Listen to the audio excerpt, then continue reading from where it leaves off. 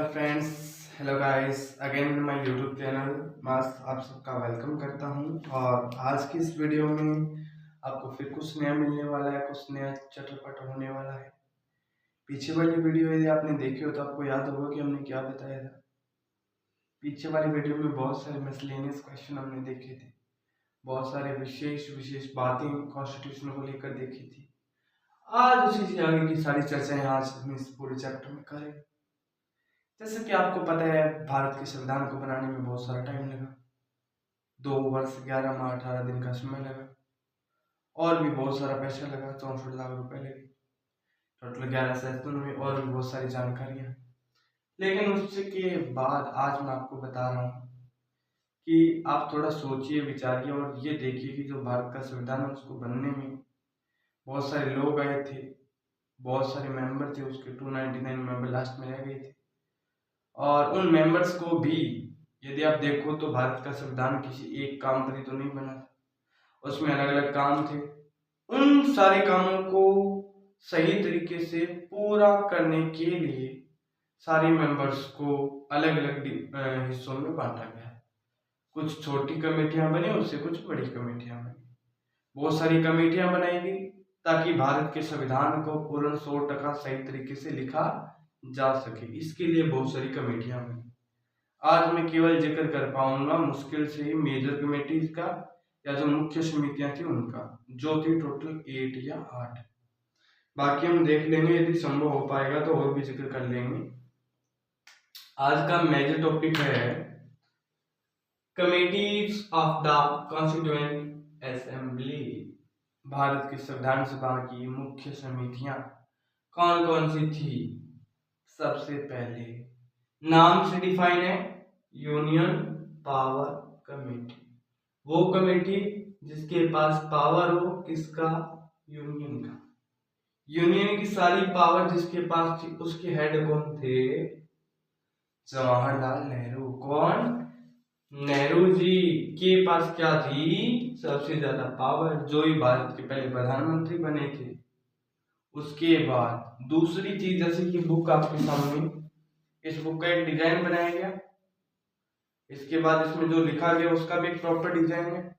उसी प्रकार से इंडिया के कॉन्स्टिट्यूशन को बनाने में भी सारा काम एक सलीके से किया गया और उस सलीके को बनाने का काम एक कमेटी को सौंपा गया जिसका नाम था ड्राफ्टिंग कमेटी। इसका काम था उसका फॉर्मेट, उसका प्रारूप तैयार करना। और डॉक्टर भीमराव अंबेडकर, जिसका the father of the constitution नाम से हम जानते हैं जिनको, उनके द्वारा ये काम किया गया। इसी कारण इनको the father of the Indian constitution बोला जाता है। उसके बाद प्रोविंशियल कॉन्स्टिट्यूशनल कमेटी। कौन सी कमेटी? ऐसी कमेटी जिसके पास कॉन्स्टिट्यूशन को लेकर बातें हों। किसकी? प्रोविंस की। प्रोविंशियल कॉन्स्टिट्यूशन कमेटी कॉन्स्टिट्यूशन से रिलेटेड या कॉन्स्टिट्यूशन के अंदर बातें बताने वाली वो कमेटी जो प्रोविंस के बारे में बातें करती, वो इसमें शामिल थी। हेड कौन थे? Sardar Patel. Statue of unity, Sardar Patel इसके हेड थे। उसके बाद एडवाइजरी कमेटी। ये एडवाइजरी कमेटी कौन थी? जो एडवाइस देती हो। ये एडवाइस किन किन के ऊपर देती थी वो भी जान लीजिए। सबसे पहले फंडामेंटल राइट्स पे। उसके बाद माइनॉरिटीज, जो लोग होते थे माइनॉरिटीज में जो आते थे उनको लेकर ये कमेटियां एडवाइस देती थी। ट्राइबल पीपल्स को लेकर एडवाइस। एक्सक्लूडेड एरिया का मतलब होता है बॉयकॉटेड एरिया या बहिष्कृत किया हुआ एरिया। उनके अंदर एक मेजर कमेटी थी जो इन सब मामलों में राय दिया करती थी, ओपिनियन दिया करती थी, अपने समाधानों को दिया करती थी, जिसकी भी हेड कौन थे? सरदार पटेल। अब तक आपने देखा provincial constitution committee, advisory committee on different different subject, इसके हेड सरदार पटेल थे। उससे पहले यूनियन कॉन्स्टिट्यूशन कमेटी का doctor Bhimrao Ambedkar, union power committee का जवाहरलाल नेहरू। उसके बाद आप देखिए, मैं आपको समझाऊं, एडवाइजर कमेटी में जैसा कि आप देख पा रहे हैं fundamental right, minorities, tribal and excluded area, बहुत सारे मुद्दे थे। इसीलिए इस कमेटी के अंदर इससे जुड़ी हुई 5 माइनर कमेटियां भी इसी टाइम आपको समझा रहा हूं। इसके अंदर कुछ माइनर कमेटियां थी, जैसे सबसे पहले फंडामेंटल राइट्स को लेकर सब कमेटी थी। सब कमेटी का हेड कौन था? जेबी कृपलानी साहब। जेबी कृपलानी साहब कौन थे? फंडामेंटल राइट्स सब कमेटी के हेड थे। इसका काम क्या था? फंडामेंटल राइट्स को लेकर बातें करना। उसके बाद अगली कमेटी थी माइनॉरिटीज सब कमेटी। ये कमेटी क्या करेगी?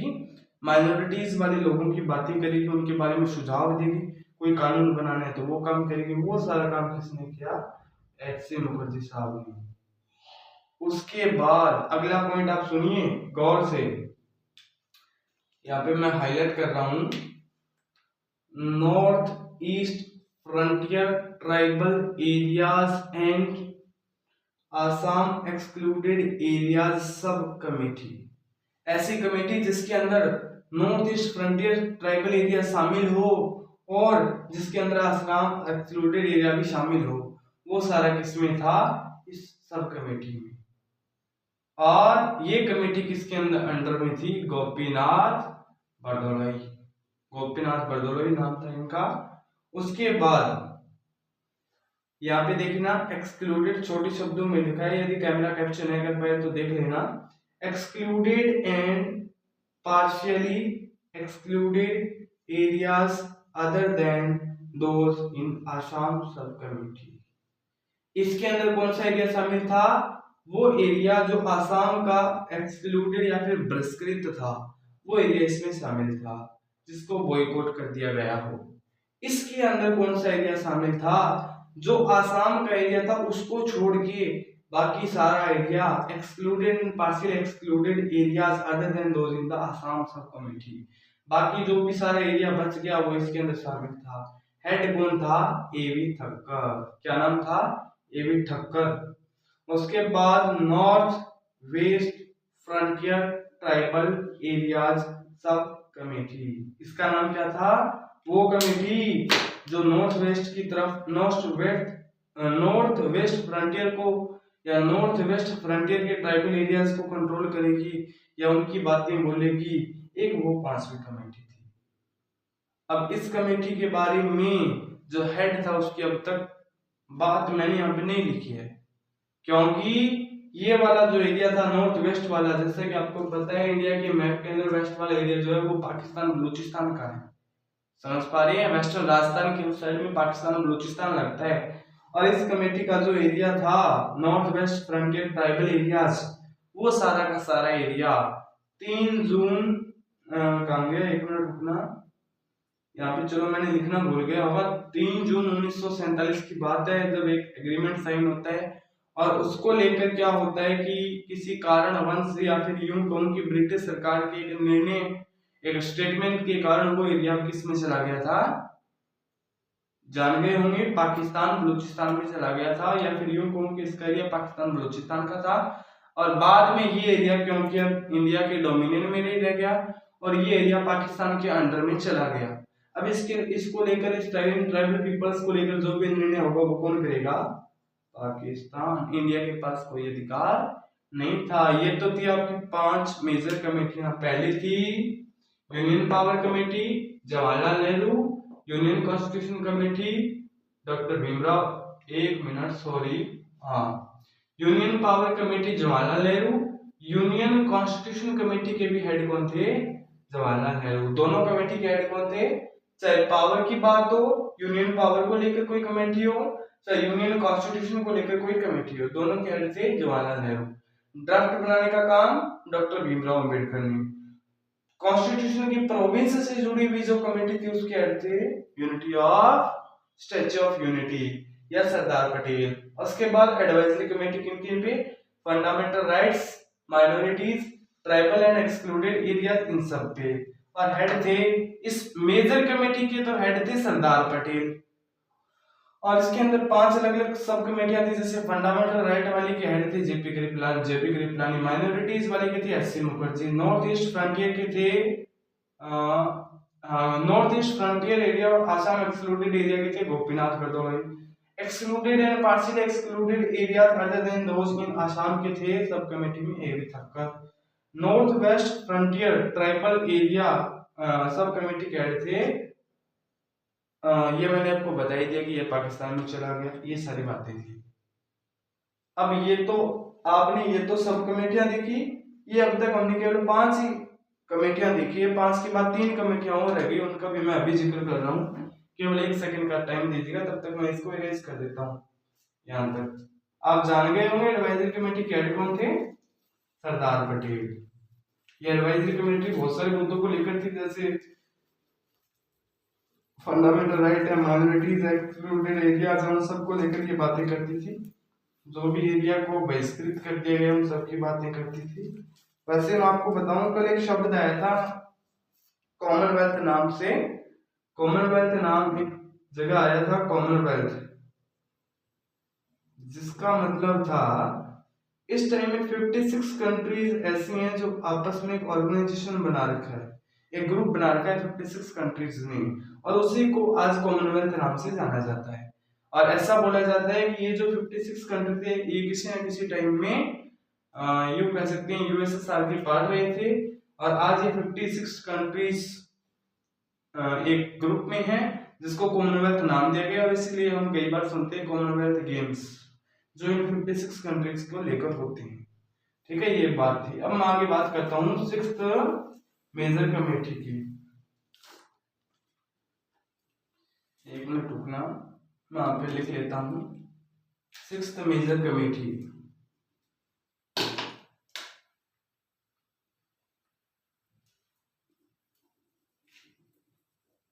रूल्स ऑफ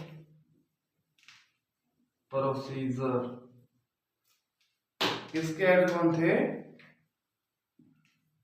डॉक्टर, ये राजेंद्र प्रसाद कौन थे, आंसर मिलना चाहिए, राजेंद्र प्रसाद थे इंडिया के फर्स्ट प्रेसिडेंट। उसके बाद 7th कमेटी देखिए, मैं आपको बता दूं,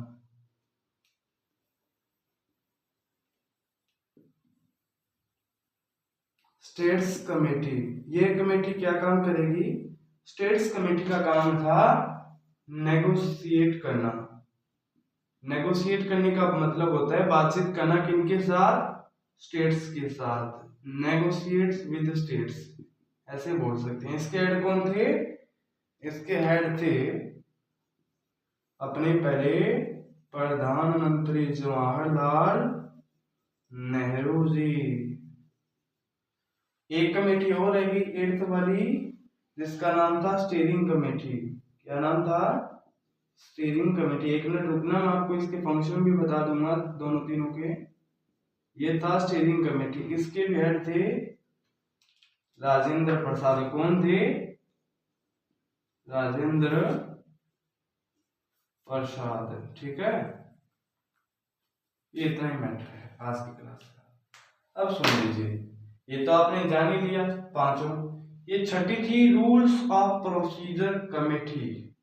रूल्स ऑफ प्रोसीजर का मतलब जो भी प्रोसेस होगा किसी भी कानून को लेकर, किसी भी बात को लेकर, वो सारी प्रोसेस के रूल क्या क्या होंगे, ये सारे रूल डिसाइड किए किसने, इस कमेटी में।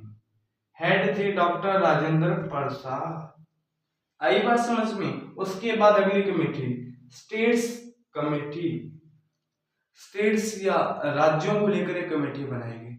इस कमेटी का क्या काम था कि ये उन सारे राज्यों या स्टेट्स से बातचीत करेगी, उनको मनाएगी कि आप इंडिया के अंदर शामिल हो जाइए, और उनके साथ नेगोशिएट करेगी, बातचीत करेगी।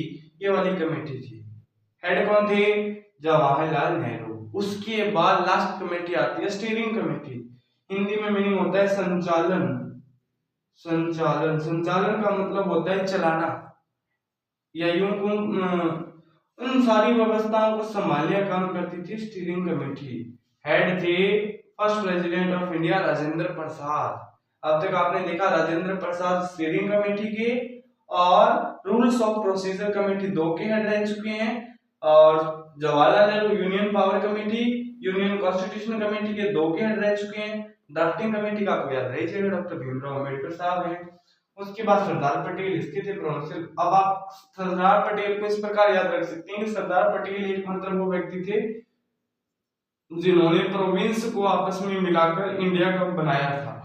अब जो व्यक्ति प्रोविंस को बनाएगा वही प्रोविंस के कॉन्स्टिट्यूशन को भी समझाएगा, या फिर जो प्रोविंशियल कॉन्स्टिट्यूशन है उसकी कमेटी का हेड होगा। एडवाइजरी आप जानती हैं, एडवाइस सबसे ज्यादा बढ़िया कौन दे देता है? ये सरदार पटेल है। सॉरी, एक मिनट।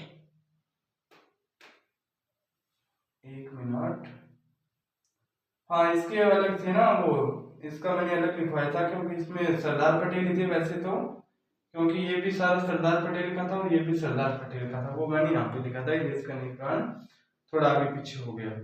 धन्यवाद। लगता है सारी जानकारी सही है, क्योंकि टोटल मेजर कमेटियां कितनी थी? जब भी क्वेश्चन पूछा जाए तो टोटल मेजर कमेटियां थी 8।